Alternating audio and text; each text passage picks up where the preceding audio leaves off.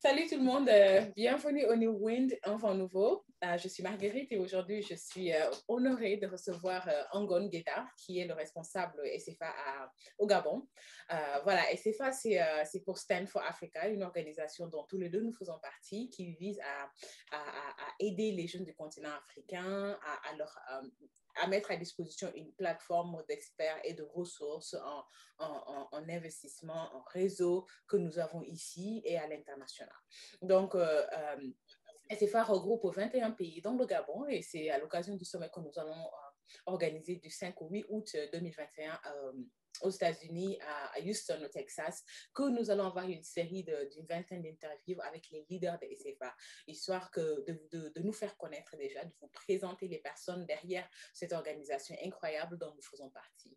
Et aujourd'hui, regardez, Angon et au Gabon, tu es à Libreville, c'est ça? Ah oui, à Libreville. Super. Regardez, il fait nuit noire chez lui. Il est quand même là pour cette interview. Honnêtement, je salue l'engagement de Angon avec SFA. Je salue, voilà, je vous invite à regarder nos interviews. Il y en a qui sont déjà passées, il y en a qui vont passer après Angon. Mais franchement, c'est des interviews vidéo et audio. Ça vous permettrait d'apprendre. Sachez que Stand for Africa, c'est une organisation qui a été créée par un enfant du continent. C'est une organisation gérée par les enfants du continent. Nous avons compris que maintenant c'est fini. On ne peut pas attendre que les autres règlent nos problèmes. En tant que jeunes Africains, en tant qu'Africains, nous devons régler nos problèmes parce que nous sommes les mieux placés pour régler nos problèmes. Donc voilà, sans plus tarder, Angon, comment vas-tu? Merci de répondre à l'appel. Bonsoir Marguerite, bonsoir à tous ceux qui vont regarder cette vidéo. Je suis en effet gabonais. En fait, je dis souvent que je suis une nationalité gabonaise, mais je suis africain de cœur. Et donc, je vais très bien. Voilà. Et je suis là pour répondre ou apporter quelques précisions par rapport à ce que vous voulez savoir. Super, super. En gros, on va parler de toi. Moi, je trouve ton parcours très inspirant.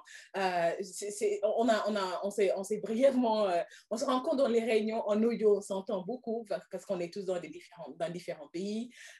Stand for Africa regroupe 21 pays. Donc, voilà, nous ne sommes pas tous géographiquement dans la même zone, mais on se retrouve souvent dans les réunions, on discute, on entend les voix, mais pas forcément les visages. Mais aujourd'hui, c'est un réel plaisir de te voir. Et dis-moi, je vois que que tu es expert en intelligence économique et que tu as une maîtrise sur les risques industriels et que tu as étudié à l'école des mines à Paris. Oui. Super. Bon, Vas-y, parle-nous un petit peu de ton parcours et de ton travail présentement. d'accord. Je vais donc faire, on va dire, une présentation sur trois niveaux. La première présentation portera sur le parcours académique, c'est-à-dire ce que j'ai fait comme formation. Ouais. Ensuite, je parlerai de l'activité professionnelle aujourd'hui. Hein. Mm-hmm. Et enfin, je vais faire une petite présentation sur mes activités scientifiques et participation dans les colloques, en fait, des recherches que je fais. Et donc, dans un premier temps, ce que je veux dire, c'est qu'après le bac, alors je suis allé au Sénégal, comme mon bac ici au Gabon, je suis allé au Sénégal. Voilà. Et après, j'ai donc fait mon premier master là-bas, en banque. En banque, voilà. Après ce master en banque, je suis allé en Tunisie. Wow. Et en Tunisie, j'ai fait un autre master en technique des assurances. Je suis passionné d'assurance en réalité, en fait. Et donc, étant passionné des risques, je me suis dit, bon, est-ce qu'il faut que je m'arrête là? Parce qu'en réalité, je voulais faire des formations qui me permettent d'être capable de ne pas prendre les décisions comme quelqu'un de mécanique. C'est-à-dire, quand on vient me présenter une situation, il faut que je sois capable d'analyser toute la situation de manière globale avant de prendre la décision. Et donc, je m'envole pour la France pour faire d'autres formations. Et donc, après ces deux premiers masters, je vais à l'école de mine Nancy, je change complètement de cursus. Je vais dans une formation d'ingénieur. Là, je fais un diplôme d'ingénierie spécialisée dans les mines. Après, je quitte l'école de mine Nancy, je vais à l'école de mine de Paris. Et je fais, en effet, ce master spécialisé en maîtrise des risques industriels et en intelligence économique, on va dire comme ça, à l'école de mine de Paris. Voilà, voici pour résumer ce que j'ai fait comme parcours. Wow. Et après, mon parcours professionnel. Aujourd'hui, je suis, on va dire, manager général d'un bureau d'études qui fait donc les formations en milieu promotionnel. On fait les audits industriels et de performance. On fait la gestion de projets. On fait des études technico-économiques. On fait du conseil. Voilà, principalement, c'est ce qu'on fait dans mon bureau d'études.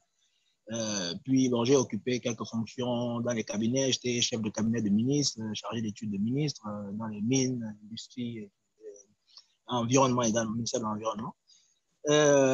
Comme activité de recherche et scientifique parce que je suis passionné de recherche. Je fais cette recherche seule. Je ne suis pas encadré par, on va dire, des bureaux, des centres. On a brièvement parlé de tes 2 livres. C'est voilà. Là, voilà. En fait, Angon, tu es juste wow. I mean, Angon, il va absolument revenir et on va parler de ces livres-là. Mais aujourd'hui, on est là essentiel. On va parler des livres d'Angon parce que les topics qu'il tacle, on va en parler. Il faut absolument. On aura le temps. On en discuter un jour. Hein. Tu m'inviteras et puis je viendrai, j'échange avec toi. Il n'y a pas de souci. Absolument. Donc vas-y, je t'écoute. Comme activité de recherche ou scientifique, j'ai donc fait une première publication, comme j'ai dit tout à l'heure, hein, en 2015, intitulée Il n'existe pas de pays développés, et des livres. Et j'ai fait une autre publication qui est la conséquence en réalité d'un colloque international auquel j'ai participé à Marrakech sur la réinvention des destinations. En fait, c'est l'intelligence économique utilisée dans le tourisme. En fait, c'est ça la réalité. Et donc, la conséquence de ces conférences, ceux qui ont organisé ces conférences ont pris, on va dire, les textes des communicants, ils les ont envoyés à l'Harmattan et l'Harmattan a publié, l'Harmattan en France, c'est une maison d'édition, ils ont publié voilà, donc c'est devenu, on va dire, une œuvre collective. Là, c'est mon deuxième ouvrage.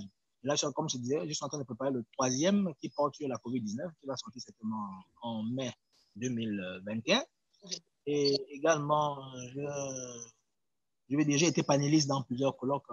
Même d'ailleurs, au Sénégal, jusqu'en 2019, j'étais faire une conférence là-bas, à l'université Dakar-Bourguiba, pour être précis, sur justement l'inexistence des pays développés. Voilà. Et je voulais aller partager cette vision-là aux étudiants qui m'avaient invité, parce que les étudiants qui m'avaient invité. Et j'ai fait une autre conférence à Mulhouse, à l'université de Mulhouse en France, qui porte également sur l'inexistence des pays développés. Mais là, on m'avait invité parce qu'ils ont fait un colloque international sur les utopies francophones. C'est ça le titre. Et moi, je voulais justement montrer que ce concept de pays développés est une utopie. Maintenant, comment c'est une utopie? C'est ce que j'avais dit lors de ma conférence. Absolument. Wow, pertinent. Ben, j'essaye. Hein. Et aujourd'hui, j'ai fait une recherche personnelle où j'ai invité des amis qui ont le doctorat à gauche à droite, qui porte sur la comptabilité environnementale. En fait, j'ai envie de réussir à comptabiliser les effets d'une entreprise lorsqu'elle est dans son activité. Les effets, on va dire les effets écologiques, parce que lorsqu'on parle de comptabilité, on parle de comptabilité générale. On rend les actifs et les passifs d'une activité. Mais en général, lorsqu'on produit quelque chose, en cours de route, en réalité, on a créé des déchets. Mais ces déchets ne sont pas comptabilisés dans l'activité d'entreprise. Donc, mon défi à moi, c'est réussir à comptabiliser l'ensemble de ces déchets qui rentrent dans le processus de fabrication pour faire un compte-poids qui permettra de définir en réalité le véritable chiffre d'affaires de l'entreprise. Parce qu'on aura la production, mais en contrebalance, on aura les déchets. Voilà. En un mot, on va pouvoir déterminer désormais ce qu'on appelle le PIB environnemental. Ou produit intérieur brut écologique. Voilà. De manière succincte, voilà, c'est ça que... Wow. On a beaucoup à parler. Et voilà, comme vous pouvez le voir, hein, je n'ai pas à vous le dire, vous l'entendez venant d'Angon. Voici sa personne, voici ses activités, voici sa pertinence. Et Angon, c'est le responsable Stand for Africa Gabon. Nous avons, avec les 21 pays dans lesquels nous sommes, nous avons 21 différents responsables pays et ils ont des profils similaires à Angon. Ce sont des experts, ce sont des experts, l'élite africaine, tout ce qu'on a, tout ce dont un pays a besoin pour travailler son développement. Voici ces personnes-là qui sont dans Stand for Africa, pas seulement pour prendre, mais pour donner à la jeunesse africaine.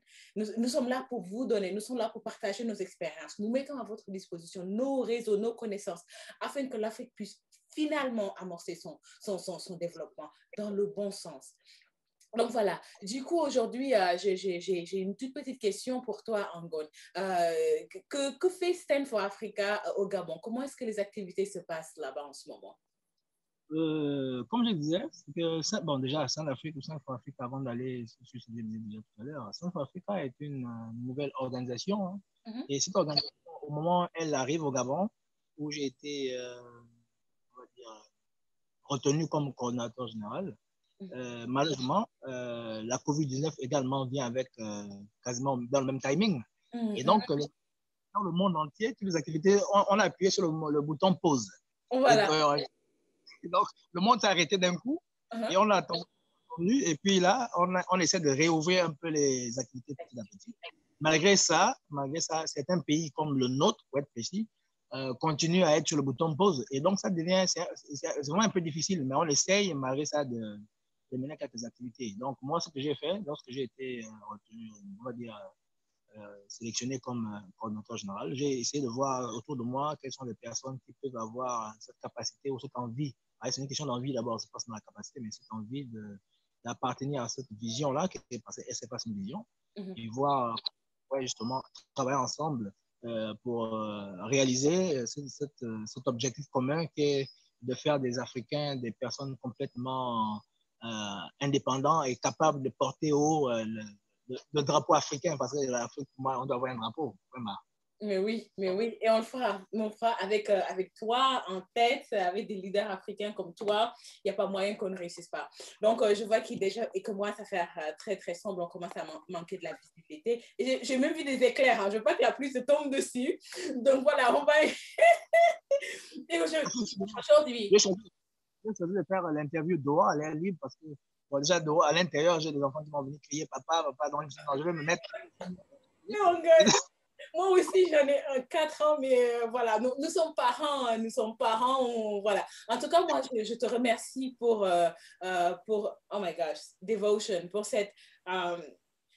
Angon, tu as tout fait pour être là aujourd'hui. Aujourd'hui n'a pas été la journée la plus facile pour toi, mais quand même, tu as tenu à être là pour faire l'interview. Merci pour ton temps. Je vous invite à venir rencontrer Angon et à rencontrer beaucoup de responsables du pays Stand for Africa lors du sommet de Houston. Vous aurez des informations. Vous pouvez toujours consulter notre site web www.standforafrica.org. Africa, le K, c'est un K. et voilà, on aura l'occasion d'avoir Angon à nouveau. Je te laisse dire le mot de la fin.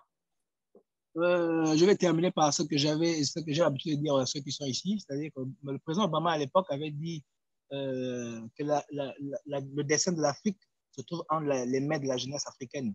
Et donc, c'est pas ce que les jeunes africains doivent comprendre, c'est que lorsqu'on le dit, ce n'est pas un décret. En réalité, c'est une sorte de motivation, un appel pour que chacun de nous se mobilise et bouge pour ne pas rester sur place et se dire que je dois croiser les mains, j'attends une cloche qui va sonner et qui va dire que maintenant c'est bon, il faut que tu bouges, il faut que tu secoues ton destin. Normalement, on doit secouer chacun son destin de telle sorte que nous soyons prêts on va dire, à rentrer dans ce challenge qui est un challenge difficile parce que l'Afrique, malgré ce qu'on peut dire, l'Afrique est encore, je veux dire, en retard sur certaines choses. Mais voilà, et donc malheureusement, il faut faire face à ce retard, mais il faut le combler malheureusement. Mais pour le combler, il faut travailler double. Voilà, c'est ce que je en conclusion, il faut qu'on bouge. Voilà. You got it. Écoute, on se dit à très bientôt. Merci d'être resté jusqu'à la fin avec nous. On va nouveau. Merci. Au revoir.